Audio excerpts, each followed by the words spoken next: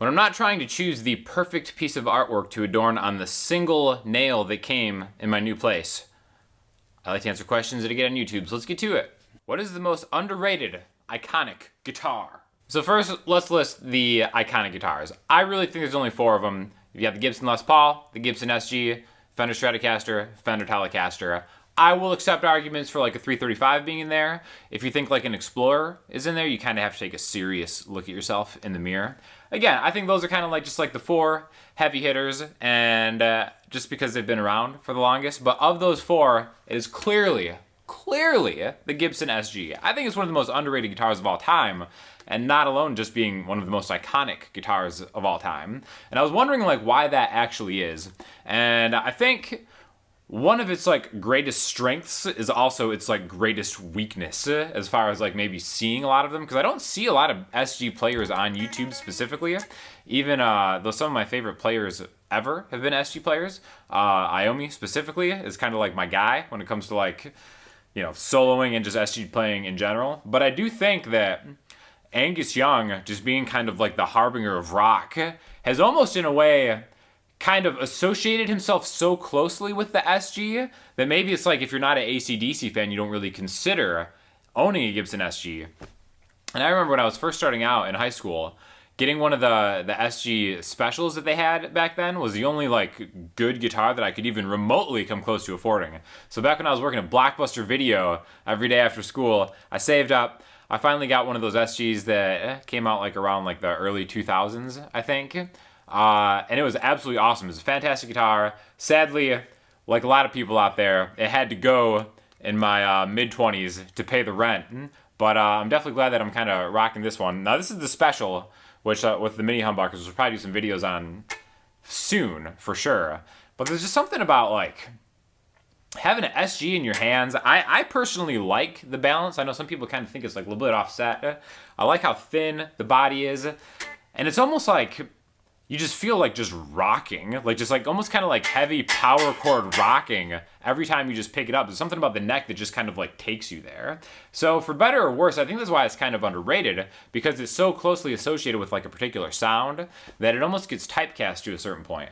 But this is like $800. So I think in the under 1,000 range category. None of the other iconic guitars that I've personally had a chance to play, I think even kind of come close to being there value-wise in that price range. So I'm going with the Gibson SG because it is my favorite Gibson that they make, and I'm just going to be rocking it. What do you think of electric strings on an acoustic? I think that electric strings on an acoustic guitar are the sound of the devil. And I have personal experience with this because when I first moved to Florida, I was kind of doing like some freelance like recording stuff because I had like a decent rig. And I'd go to like the guitar shop and pass like business cards from Vistaprint around. And I remember I got this one call from this guy who said he was like a former like opera singer. They used to sing in like the opera here. And he's like, hey, I'd just like to record some acoustic guitar songs. And he sounded like a totally cool, chill guy from my phone vetting process. And then he came over and he was a little rough around the edges, I suppose. And he breaks out his acoustic guitar. And he had it strung with all electric guitar strings, which is fine, whatever. Not hating, not judging. But like they're all in different orders. Like there was like a G string where the low E string should have been. There was like a low E string where the B string should have been. And I was like, this is a strange tuning I've never seen before. And then he proceeded to just start making noise on this thing and like singing.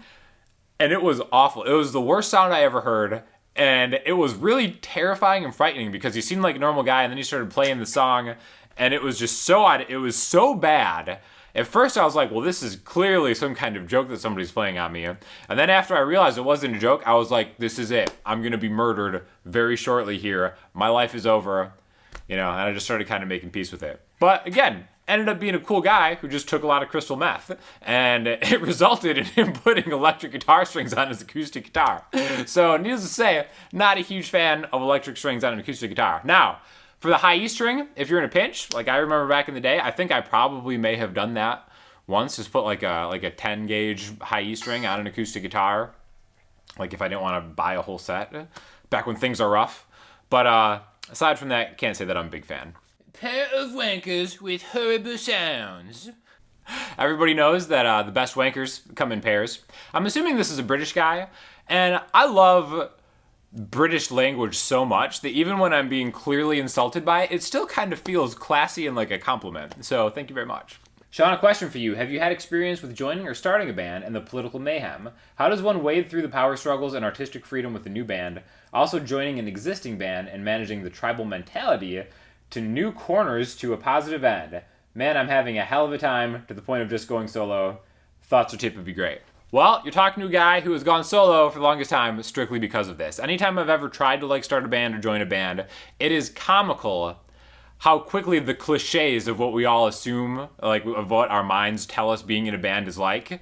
And it's just so bad. I don't know what it is about musicians and people who are like trying to be musicians and like the responsibility of such. But I just remember that the closest I came to being in like a legit band that was pretty good, I was in this group with a bunch of guys, and I thought we were pretty good. We had an awesome sound. They were kind of like semi-established, and I just kind of like came in and kind of like you said, like knowing your role as far as like the tribal mentality of joining a band. My tip for that would just be to try to be as versatile as possible, because you know if you're a good versatile musician, you can probably add something to a band that isn't just oversaturated with members. So whether it's, you know, just kind of like laying down atmospheric stuff, acoustic stuff, maybe throwing down little stuff on like the keyboard or whatever. So that's kind of what I was doing. I was playing like atmospheric-ish lead type stuff in this band. It was going really well. And then like a week into it, the lead singer, who's great, his girlfriend shows up, right? And we were all just kind of sitting around, and she broke out an acoustic guitar, and I'm like, oh, you play? And she's like, yeah, okay, yeah, I play a little bit. And she clearly demonstrated that she was the best player in this band, for sure. Like, she was awesome. And I think there was so much tension between her and her boyfriend being the lead singer that all the other band members just quit. And then people were being late, people were no-showing, and it was awful. So I don't have any advice, because I've been going solo for years now because of this, strictly speaking, other than just be as versatile as possible, and there will be a spot for you in some band as long as, you know, you're responsible, on time, and kind of know any kind of semblance of your instrument. But you know, my hat's off to you, because good luck. It's hard finding a great situation to join. Why all Americans look like homeless bums? Some kind of fashion not to use hairbrush and decent clothes? I don't know. Hey Sean, why do you imagine Jimi Hendrix, Keith Richards, and other blues rock guys regularly tune down 1/2 step? Thanks. I'd be interested to hear a lot of people's opinions on this. I personally think more of it has to do with fitting a specific vocal range than it does with the playing. Now, there is a playing difference. I made a video about why you might want to tune down and how it kind of affects like the slack of the strings and like the sound of everything. But in my experience, being able to sing along with the guitar, tuning down 1/2 step kind of actually makes a bigger difference than you would think. And if maybe certain songs are too high for you, try tuning down 1/2 step, try tuning down a full step. It just makes things a lot easier to sing, and just my own personal experience. So I don't know if anybody else has any other tips for why you think that might be the case, but I definitely think it has more to do with vocal range than anything. I thought I was at Pewdiepie's channel. It's Pewds. Is that a Star-Lord, Ant-Man, Pewdiepie? You look like Pewdiepie. Pewdiepie, guitarist, Pewds. So I had a video kind of take off, or currently taking off. It's going viral. Every time that happens, I swear to God, I get thousands of "you look like Pewdiepie" comments, which I don't know if it's just people on the internet seeing like a white person and being like Pewdiepie. But it's like insane. I'm not making it up. It's literally 1,000 of them in like a day, which is kind of like insane. But it's also been kind of peppered in with like Star-Lord and Ant-Man combos. Like, you know, if Pewdiepie, Ant-Man, and Star-Lord went into a phone booth, like I would come out apparently. So in one way, you know, it's kind of flattering. But a lot of Pewdiepie talk going around here recently.